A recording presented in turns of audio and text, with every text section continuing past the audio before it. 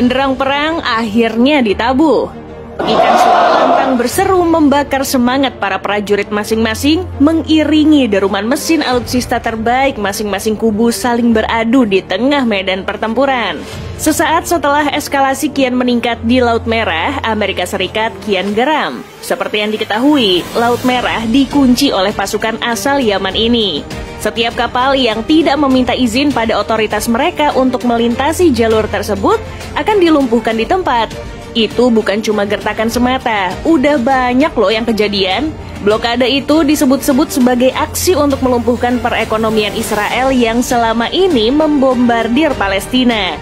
Boleh dibilang sentimen kepercayaan bermain di sini. Houthi yang juga berbasis Islam merasa perlu membela saudara sesama muslim mereka di Palestina sana. Apalagi kapal-kapal perang milik Amerika seringkali menjadi sasaran empuk drone-drone milik Houthi. Itu karena kapal perang milik Amerika Serikat yang berkuasa masuk ke Laut Merah diserang habis-habisan oleh kelompok tersebut. Akibat serangan itu, kapal perang Amerika ini mengeluarkan asap gara-gara hantaman proyektil dari kelompok Houthi.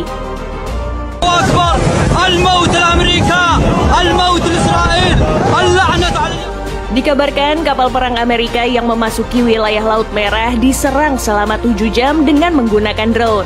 Nggak cuma drone aja, mereka juga melaporkan kalau Houthi menyerang kapal mereka menggunakan rudal balistik anti kapal. Bisa dibilang kelompok ini cukup berani.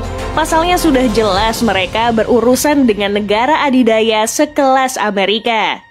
Atas perbuatannya itu, Pentagon kemudian mengirim serangan udara yang tak kenal ampun ke wilayah Yaman.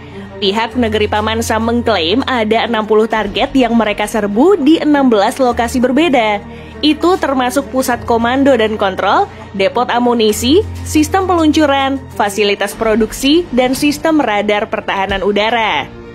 Inggris sendiri mengklaim kalau mereka mengirim bom berpemandu mereka menggunakan pesawat tempur yang lepas landas dari Cyprus. Bom tersebut dijatuhkan di wilayah Abs, sekitar 220 km dari San'a, ibu kota Yaman. Sederet serbuan tersebut dilatar belakangi dari dicegatnya beberapa kapal komersil, salah satunya Galaxy Leader yang menandai awal dari segalanya. Kapal berbendera Bahamas disergap oleh pasukan Houthi dari atas helikopter yang ditenggarai milik seorang taipan asal Israel. Nggak heran kan kenapa kapal ini dibajak? Sejak saat itu Laut Merah menjadi mencekam bagi seluruh kapal lainnya. Tugas berat kemudian ditaruh di pundak Royal Navy dan juga Navy SEAL. Maklum, mayoritas pertempuran ini terjadi di laut. Amerika Serikat memang boleh jadi pemuncak dalam daftar kekuatan militer terbesar di dunia. Namun mereka harus terima kalau satu dari ratusan armada lautnya kini luntang-lantung di perairan antara Timur Tengah dan Afrika setelah Houthi mengamuk. Kapal perusak yang diserang oleh kelompok Houthi tersebut adalah USS Carney. Kapal ini sudah ada sejak tahun 1996 dan sampai sekarang masih aktif digunakan oleh Matra Laut Amerika US Navy. Dengan panjang kapal 154 meter dan lebar mencapai 18 meter, membuatnya bisa membawa hingga 281 awak kapal ke lautan. Gak cuma itu aja, kapal ini juga dibekali berbagai persenjataan yang terbilang cukup menakutkan.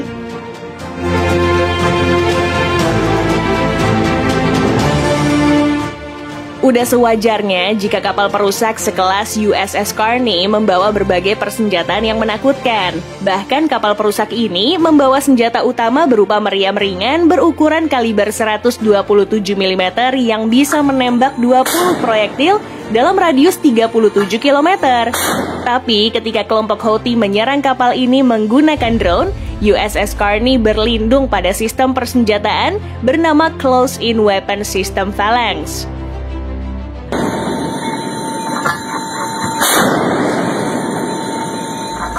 Phalanx sendiri dirancang sebagai sistem senjata jarak dekat berbasis senjata otomatis untuk mempertahankan kapal militer secara otomatis dari ancaman seperti pesawat terbang, rudal, dan kapal kecil.